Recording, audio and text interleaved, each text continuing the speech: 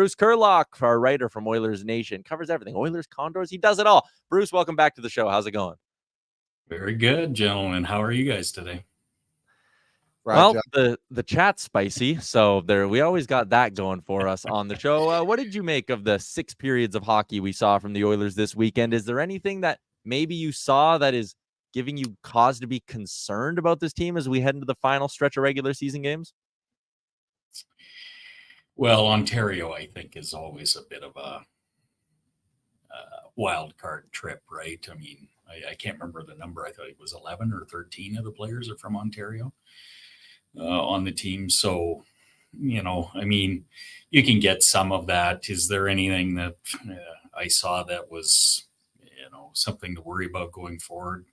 Not really. I mean, they're going to go through these ups and downs just like any other team. We're just not used to them, right? I mean, we've had quite an incredible run. So I'm not that fussed. I guess if there was anything I'd be a little bit worried about is Vinny Desharnais, and I'm not really picking on him. I just wonder if he's hurt, because he is certainly not the same player he was since I guess the fight in which he hurt his hand, or allegedly hurt his hand.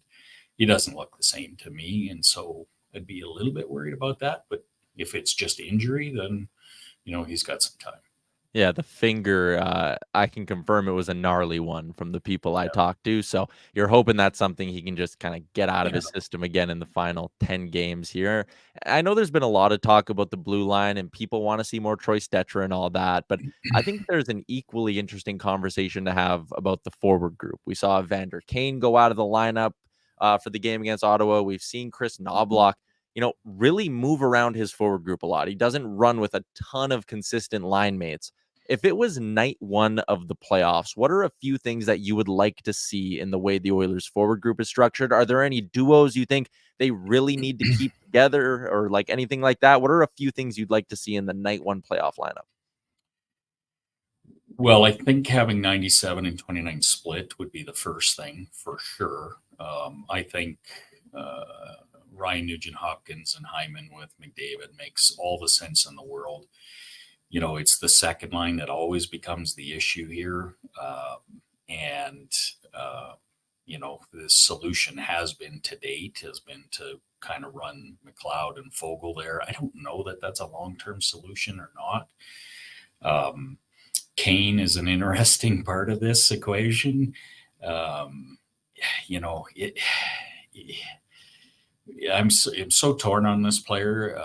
It's clear his performance isn't good enough. It hasn't been good enough. Is it injury? I'm not sure. What I do know is the type of game he operates or he plays is one that is built for the postseason. The presumption is it looks like it's LA. That's a good fit for him. The way they play, the way he plays. So. And then there's this question about him and Draisaitl, which I think is a totally overblown narrative. But it's something that's there. So, I mean, I think those are the big things. The bottom six, boy, you need more speed there. It's just too slow. It's just too slow. It worry, LA is a 3-line team for sure. Vegas is a 3-line team for sure. Colorado's a 3-line team for sure. You are leaving yourself awfully exposed if that third line looks the way it has looked recently. It's just too slow, and you have some options there, but those would be my things that would be focused on. I think the lineup's better with McDavid and Draisaitl split and a little more speed down the lineup. Well, I think the one player everybody wants to see in Edmonton is playing in Bakersfield, and his name is Dylan Holloway, who would definitely help one with that speed. The problem is every time he comes up, they never play him, and I think that's something that would have to change, obviously. But my question would be: how is he doing, and when would you expect him to come up to Edmonton? So he's been great. He's playing center. He's playing 20 minutes a night, maybe even 22 minutes on some nights. He's playing first power play. He's playing 1 PK. His face-off ability has been really something that's been quite outstanding. He is very strong in the circle, which is great news. His speed is obviously a defining part of his game, and you see it all over the ice down there. It's interesting. I tell you, when you watch him play down there, it's if that team isn't going, the coach moves him around from line to line. That line goes almost instantly. He's too good for the league for sure. He's too good for the league. So he would be a great addition here. When does he come? I think that's a salary cap scenario, right? As far as I know, unless the general manager wants to sit down with the coach and talk about some other players. I don't know what else you do. I think he's there till April 1 for sure. But he's been fantastic. I think the bigger question with him is where are you playing him, right? And I don't mean third line, fourth line, second line. I mean center or left wing, because he is playing a lot of center and he's playing it very well. And to the extent, I wonder, this is not a this year conversation, but boy, I wonder a lot about what they think about him in a 3C role as opposed to Ryan McLeod. He plays the role, or he plays that position more like a conventional center. It's not a disrespect to Ryan McLeod by any stretch, but Dylan Holloway plays in the middle of the ice just like Leon does, just like Connor McDavid does, just like Ryan Nugent-Hopkins does, much more than Ryan McLeod does. And I wonder if they see that and they think about that a lot. That's a next year conversation, but I that would be the question I would have. You bring him up, where are you playing him? That's the big one to me. Yeah, and I mean, they've built up such an interesting group of players who can play center. We know Nuge, we know Henry can play there, McLeod can play there. So yeah, when he does come up, where exactly do you slot him? I mean, maybe there's something to be said about just keeping Henrique on the wing next to a guy like Draisaitl, and maybe your third line is Holloway down the middle and McLeod on the left side. Like there are a bunch of different possibilities here that I think are really, really interesting as they head into the playoffs. I agree. Another name down in Bakersfield, and I mean, this is not a guy we're going to see in the playoffs, not a guy we're going to see to start next season, but I wanted to get your take on Max Wanner and just how big of a step maybe you've seen him take this season. How close are we to having a conversation about this guy being an Oiler? Well, he needs a year, right? Another year. This is his first year. He's a rookie. He's just turned 21. And, really, other than center, he is playing, the hardest skating position in professional hockey. So, and he's doing it very well. Could you see him for, a couple of games at the end of next season? Like this season, you got 6 and 9, and inevitably, I'm sure we'll see some kids or some players that we wouldn't normally see.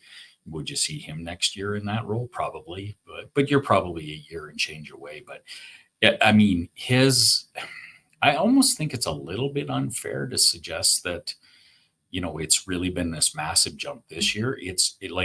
This goes back to me to the prospect tournament in Penticton 2 years ago. Like he came out of nowhere. I was familiar with him as a defensive defenseman, and all of a sudden you started seeing these evasive maneuvers against young pros and high draft picks, carrying the puck, advancing the puck by pass, playing physical, in that tournament, there was only one player better than him in the whole tournament. And that was Dylan Holloway, who absolutely destroyed that tournament. And Max Wanner was not very far behind. And so, whatever he did from that year, from that season to that tournament, it really worked. And, this year, I mean, he's physical, he's mean, he's very smart in his own zone. He's got a great stick. And now you're starting to see some offense. I talked about him yesterday, in the weekly prospect report. Like he's shooting the puck now. The puck's getting through.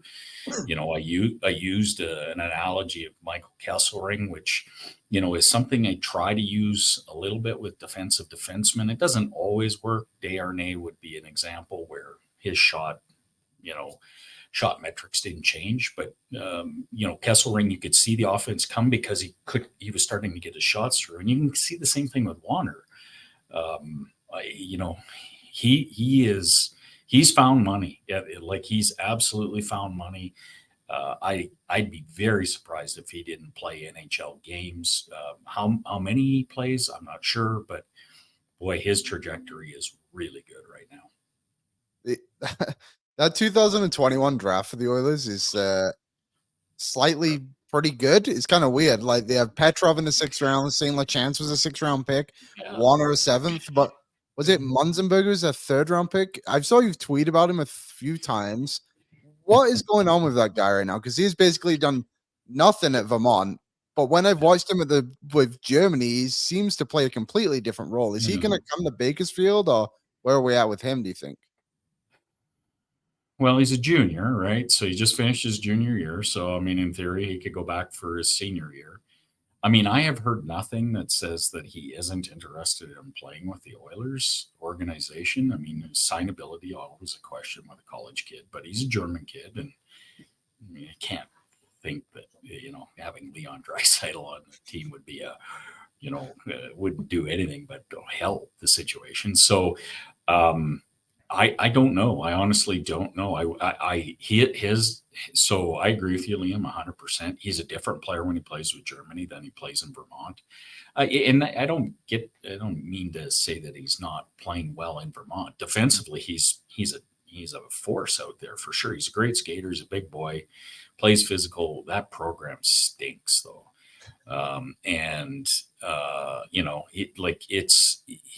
He can spend 90 seconds in his own zone 3 or 4 times a night, because there isn't enough skill around them. And what has really, the worry I have with him as a player is that, remember, he played when the World Juniors were in, I think it was in Edmonton. Maybe it was right here. I think it was in Edmonton. He was playing second power play minutes for Team Germany. Now, okay, it's Team Germany, but that team was not a bad team. His offense has gone away, like completely gone away. And, so I talk about him all the time on Twitter, just saying that it's time for him to move to the next step where he can work with some guys that can help his game offensively. And you really only have to look no further than Michael Kesselring, who's now with Arizona, and what Jason Demers did for him and his offensive game. I think that makes a massive difference to these young players. And he would be, I mean, whatever his goals are, I'm not sure, but from a hockey standpoint, I just think he'd be well advised to sign and get into the pro game. There you go, Bruce. Appreciate your time as always, man. The 15 minutes always flies by. All right, you guys, Tyler, you're feeling okay now? Oh God, no. Last night was still miserable for me, but I appreciate you asking, Bruce. I'm just trying to make it through the hour. Well, it's a new weight loss program you found. Yeah, thank you. All right, Bruce Curlock. Right, take care. See you, Bruce. Bruce Curlock on the Star Mechanical guest line. Always good for a chuckle with Bruce. StarMechanical.ca. What's up, Nation citizens? If you like that video, then you need to be subscribed to the Oilers Nation YouTube. Podcasts, live shows, exclusive interviews, and analysis. Everything you need from your favorite voices at Oilers Nation. And you don't want to miss any of it, so hammer that subscribe button.